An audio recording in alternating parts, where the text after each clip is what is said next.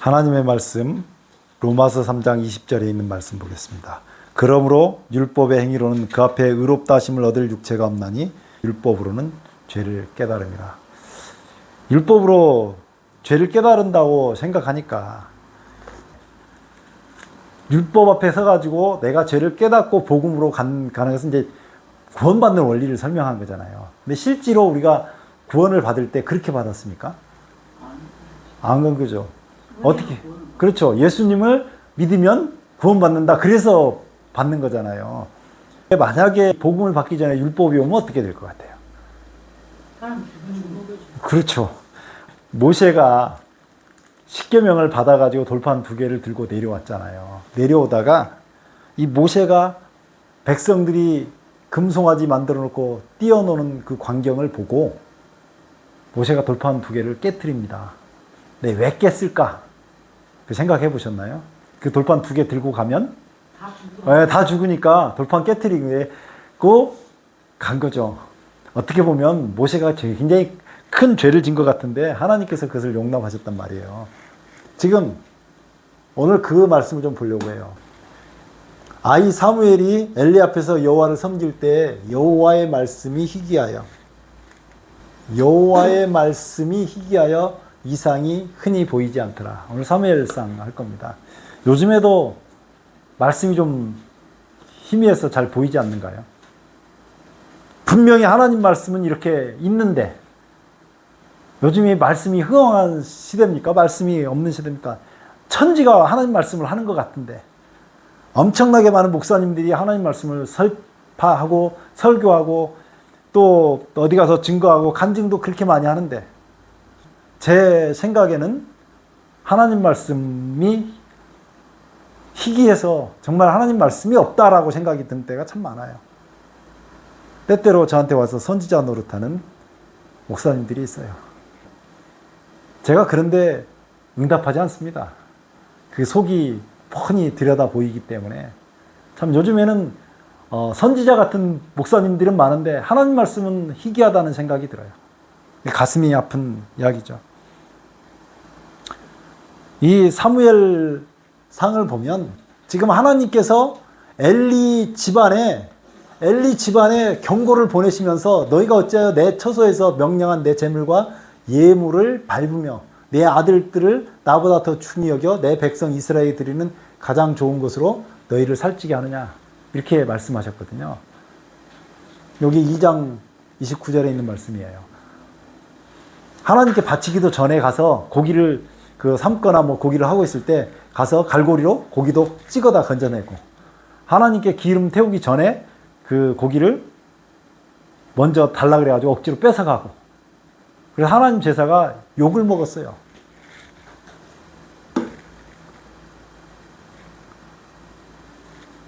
회막에서 수종드는 여인과 동침도 하고요. 참 죄악이 많죠. 이 소년들로 제가 여호와 앞에 심히 크면 그들이 여호와의 제사를 어떻게 했다고요? 멸시했다고 얘기합니다. 이 제사가 어떤 의미가 있을까? 제가 이제 그것들을 한번 보니까 제사가 레위기 7장에 보니까 29절에 여호와께 드리려는 자는 그 화목제물 중에서 그의 예물을 여호와께 가져오되 여호와께 드리는 이 화제물 또는 화목제물 이걸 드릴 때 흔드는 요제가 있고 들어올리는 거제가 있단 말이에요. 그 요제하고 거제의 의미가 뭘까요? 거제는 이렇게 들어올리는 거니까 예수님께서 십자가에 달려 죽으실 거예요. 십자가에 달리실 것을 얘기하고 요제는 흔드는 거잖아요. 예수님께서 그 십자가에 달리신 고통이 너무나 크기 때문에 힘들어서 그 비틀거리는 그 요제를 말씀하거든요. 근데 이런 제사를 그들이 여호와의 제사를 멸시했다고 말씀하거든요. 여호와의 제사를 예수님께서 이 땅에 오셔가지고 달리실 십자가 그리고 거기서 당하시는 그 고통을 표현한 건데 그 제사를 멸시한 거죠. 제사가 사실은 5가지가 있습니다. 제일 처음에 번제, 소제, 화목제, 속죄제, 속건제 이렇게 5가지가 있잖아요. 이 5가지가 다 십자가를 상징하는데 이게 이 구약 시대에 그 봤던 그 사람들은 모든 제사가 앞으로 올 메시아가 어떤 일을 당할 것이다. 그것을 본 거거든요. 근데 어떤 분들은 제가 이렇게 얘기를 해주면 절대로 구약 시대에는 예수님 오실 것을 몰랐기 때문에 예수님 오실 당시에 예수님 몰라봤다. 뭐 이렇게 주장하는 사람들이 가끔 있어요. 근데 베드로전서 1장 10절에 보면 이 구원에 대하여는 너에게 임할 은혜를 예언하던 선지자들이 연구하고 부지런히 살펴서 자기 속에 계신 그리스도의 영이 그리스도께서 그 받으실 고난과 이 십자가잖아요. 후에 얻으실 영광을 미리 증가하여 어느 시 어느 때를 지시하는지를 상고하니라. 성경을 읽는 사람들의 목적이 여기에 나와 있어요. 구약 시대에 성경을 기록한 사람이나 읽고 연구하는 사람들이 전부 다 예수님께서 고난과 후에 얻으실 영광, 십자가와 부활, 그리고 예수님께서 다시 오시는 재림, 뭐 여기에 초점 맞춰서 봤다고 얘기하는 거죠. 그래서 그런 내용들은 구약 시대의 사람들은 그 제사의 의미가 뭔지 몰랐다라고 주장하는 사람들은 제가 볼 때는 성경을 깊이 연구하지 않는 사람들이죠. 우리가 정말 성경적인지 이런 것들을 좀 보면서 가야 될 것 같아요. 아이 사무엘이 엘리 앞에서 여호와를 섬길 때 여호와의 말씀이 희귀하여 이상이 흔히 보이지 않았다고 얘기합니다. 왜냐하면 제사가 멸시받았기 때문에, 하나님께서 무시를 당했기 때문에 그런 현상이 생겼다고 보여져요. 하나님께서 사무엘을 부릅니다. 사무엘아 사무엘아. 그런데 사무엘이 희한하게 엘리에게로 달려가잖아요. 왜 그랬을까요?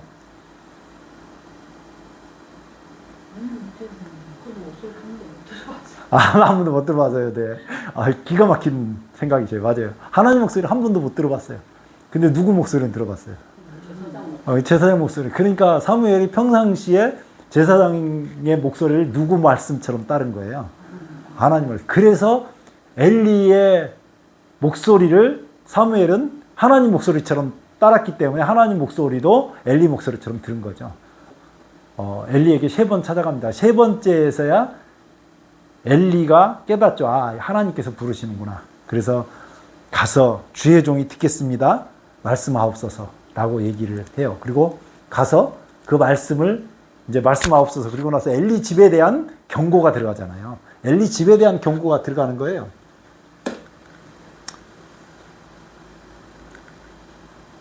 뭐 요거는 이미 했던 말씀이고. 그러므로 내가 엘리의 집에 대하여 맹세하기를 엘리의 집의 제약은 제물로나, 색깔을 바꿔볼게요. 제물로나 예물로나 영원히 속죄함을 받지 못하랴. 영원히 속죄함을 받지 못하는 까닭이 뭐겠어요? 뭘 멸시해가지고요? 제사를 멸시해서 예수 그리스도께서 이 땅에 오셔서 십자가에 달리실 것을 멸시해버리니까 그거 말고 구원 길이 없잖아요. 다른 길을 하나님께서 내신 적이 없기 때문에 하나님께서 그 제물로나 예물로나 영원히 속죄함을 받지 못한다고 하신 거죠. 끝난 거죠, 인생이. 저렇게 되면 인생이 끝나요. 그런데 사실은 하나님께서 이런 메시지를 보낼 때는 이 사람들 어떻게 하고 싶어서요? 구원하고 싶어서. 하나님의, 저는 이런 데를 보면 가슴이 아주 찐합니다. 하나님의 심정이 가슴에, 이 성경을 읽을 때 보면 하나님의 심정이 이런 데 드러나 있는 것 같아요.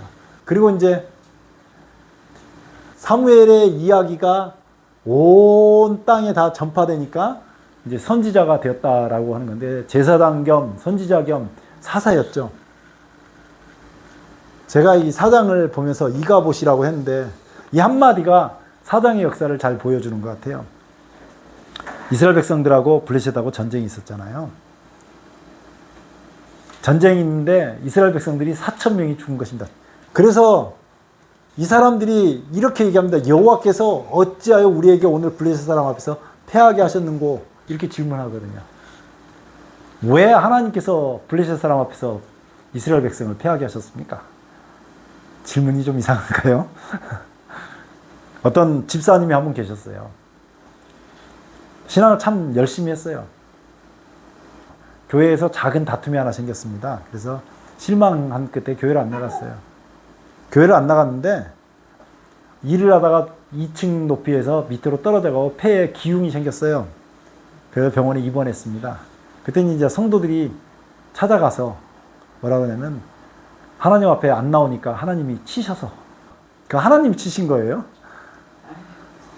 예, 사고죠. 그렇게 말씀하시는 게 정답이고요. 더 정확히 이야기하면 사단이 친 겁니다.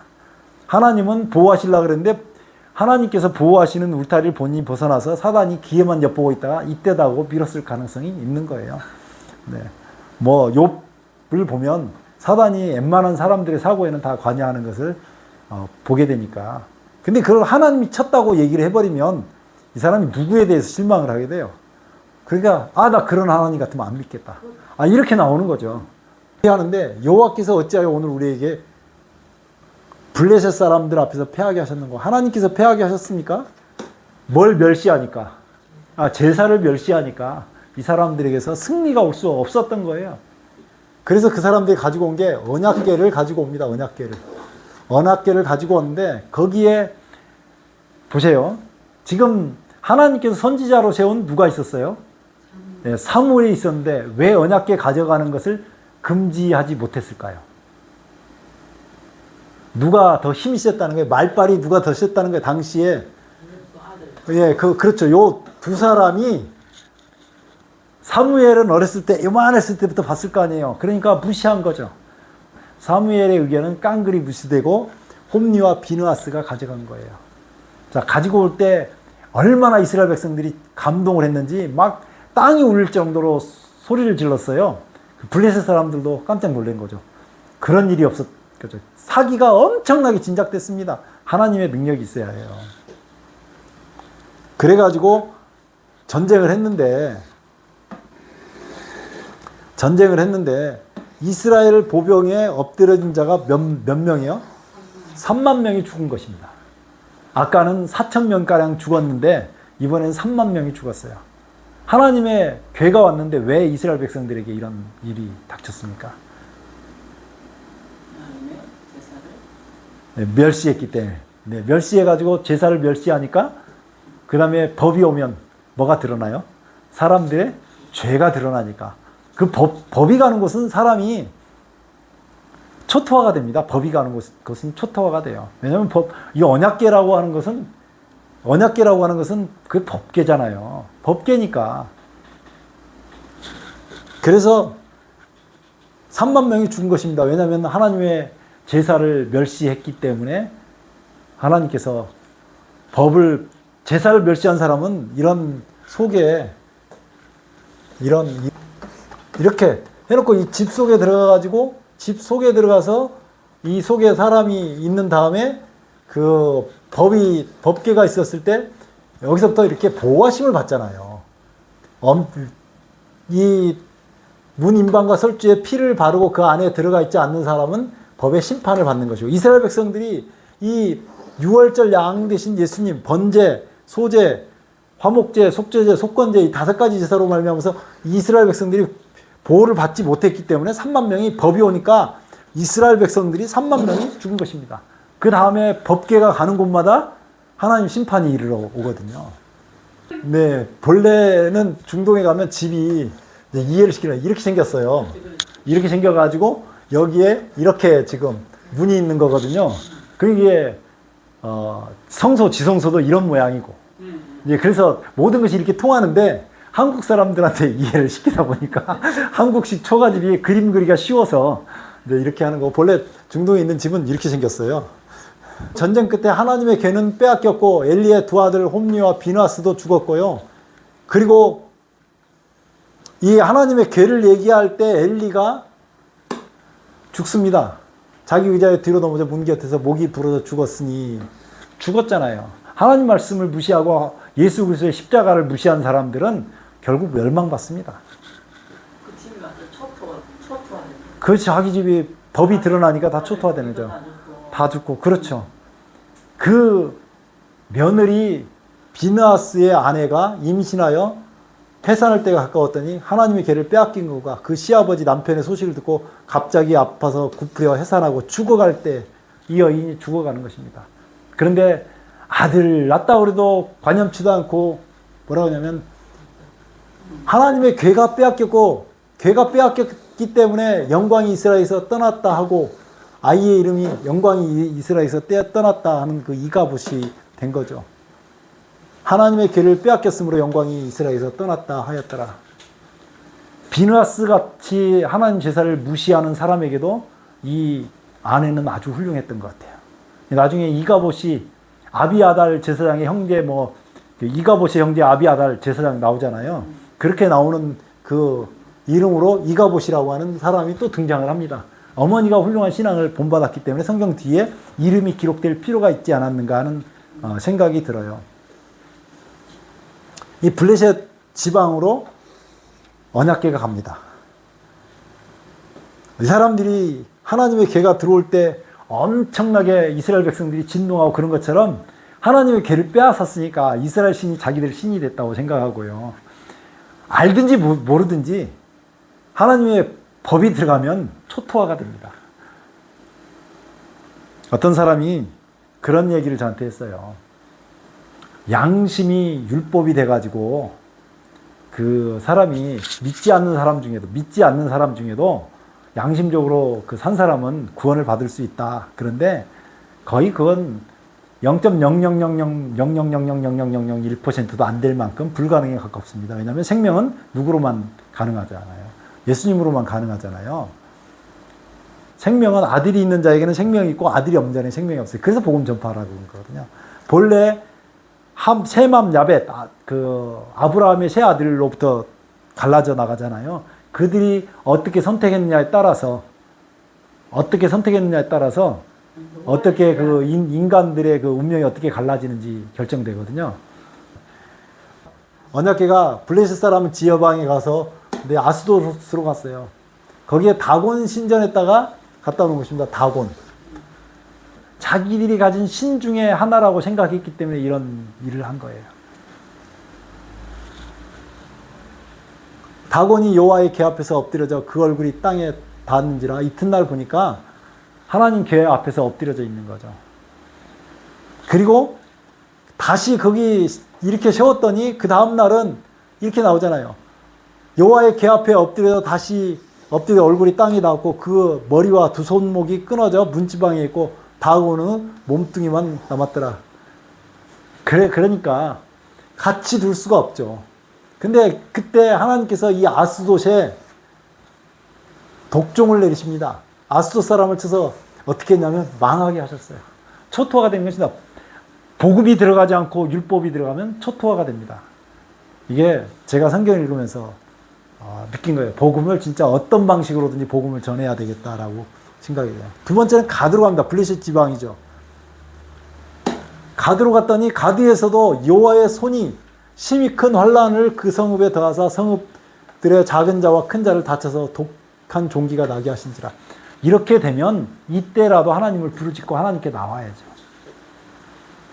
그 다음에 에글론으로 갑니다.